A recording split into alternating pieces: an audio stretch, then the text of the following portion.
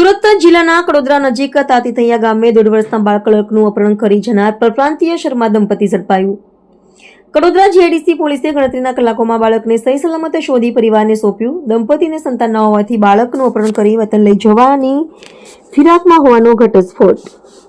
સુરતના કડોદરા નજીક તાતીથૈયા ગામે 1.5 વર્ષના બાળકને અપહરણ થયાની ઘટના બની હતી। આ મામલે માતા પિતાની ફરિયાદના આધારે કડોદરા જીઆઈડીસી પોલીસે ગણતરીના કલાકોમાં બાળકને સહી સલામત શોધી કાઢીને પરિવારને સોંપ્યું હતું। બાળકનું અપહરણ કરનાર પરપ્રાંતીય દંપતીને સંતાન ન હોવાથી બાળકનું અપહરણ કરી વતન લઈ ભાગી જવાની ફિરાકમાં હોવાનો ઘટસ્ફોટ થયો છે।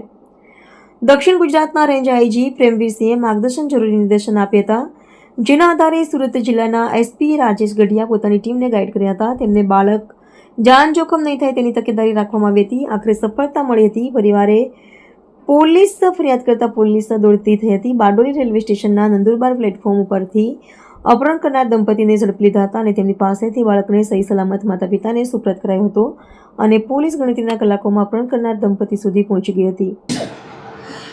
પરમ દિવસે રાત્રે કડોદરા પોલીસ સ્ટેશન વિસ્તારમાં ગંભીર ઘટના બનેલી, જેમાં 1.5 વર્ષના એક બાળકનું કિડનેપિંગ થયેલું।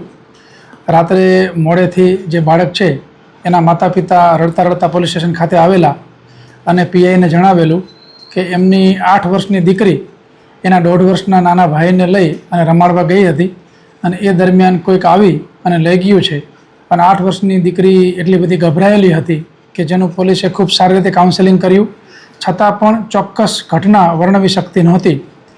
તાત્કાલિક કડોદરા પીઆઈએ ગંભીરતા દાખવી કિડનેપિંગનો ગુનો દાખલ કરેલો, જેની અંદર અમે તાત્કાલિક અલગ અલગ ટીમો બનાવેલી, જેમાં એલસીબીની 3 ટીમ, એસઓજીની 1 ટીમ, પેરોર ફરલોની 1 ટીમ અને કડોદરાની 3 ટીમ, એમ ટોટલ 8 ટીમ બનાવી અને રાતોરાત જે કંઈ ઇનપુટ મેળવવાના હોય એ મેળવી અને 12 જ કલાકની અંદર જે કિડનેપર્સ હતા એમને પકડી અને જે બાળક છે એને સહી સલામત એના માતા પિતાને સોંપેલું।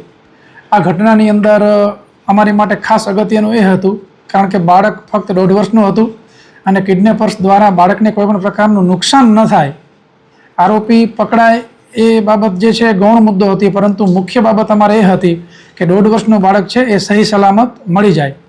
એટલે રાતોરાત આખી રાત અમારી તમામ ટીમ જાગેલી, ટેકનિકલ ઇનપુટ્સ, હ્યુમન ઇન્ટેલિજન્સ અને ઘણી અલગ અલગ રીતે મહેનત કરી અને સવાર સુધીમાં જે બાળકનું કિડનેપિંગ કરનાર 2 આરોપીઓ હતા એમાં એક રીતા શર્મા જે મૂળ પ્રતાપગઢના યુપીના છે અને એમના પતિ પ્રદીપરામ શર્મા, એ બંનેને અમે બારડોલી રેલવે સ્ટેશનથી એ લોકો યુપી ભાગવાની ફિરાકમાં હતા એ પહેલાં બારડોલી રેલવે સ્ટેશનથી પકડી લીધેલા। હાલ એ પોલીસ ગિરફ્તમાં છે અને જે બાળક છે એ એના માતા પિતાને સોંપી દેવામાં આવેલો છે। અને આ ઘડી જે છે એ પોલીસ માટે ખૂબ આનંદની વાત હતી કે બાળકને જ્યારે એના માતા પિતાને સોંપ્યું પીઆઈએ ત્યારે એના માતા પિતા ખૂબ જ ખુશ હતા અને પોલીસ પ્રત્યે અહોભાવ પ્રગટ કરતા હતા। જે આરોપીઓ છે એ લોકો 15 વર્ષથી કડોદરા વિસ્તારમાં રહે છે, ફેક્ટરીમાં નોકરી કરે છે।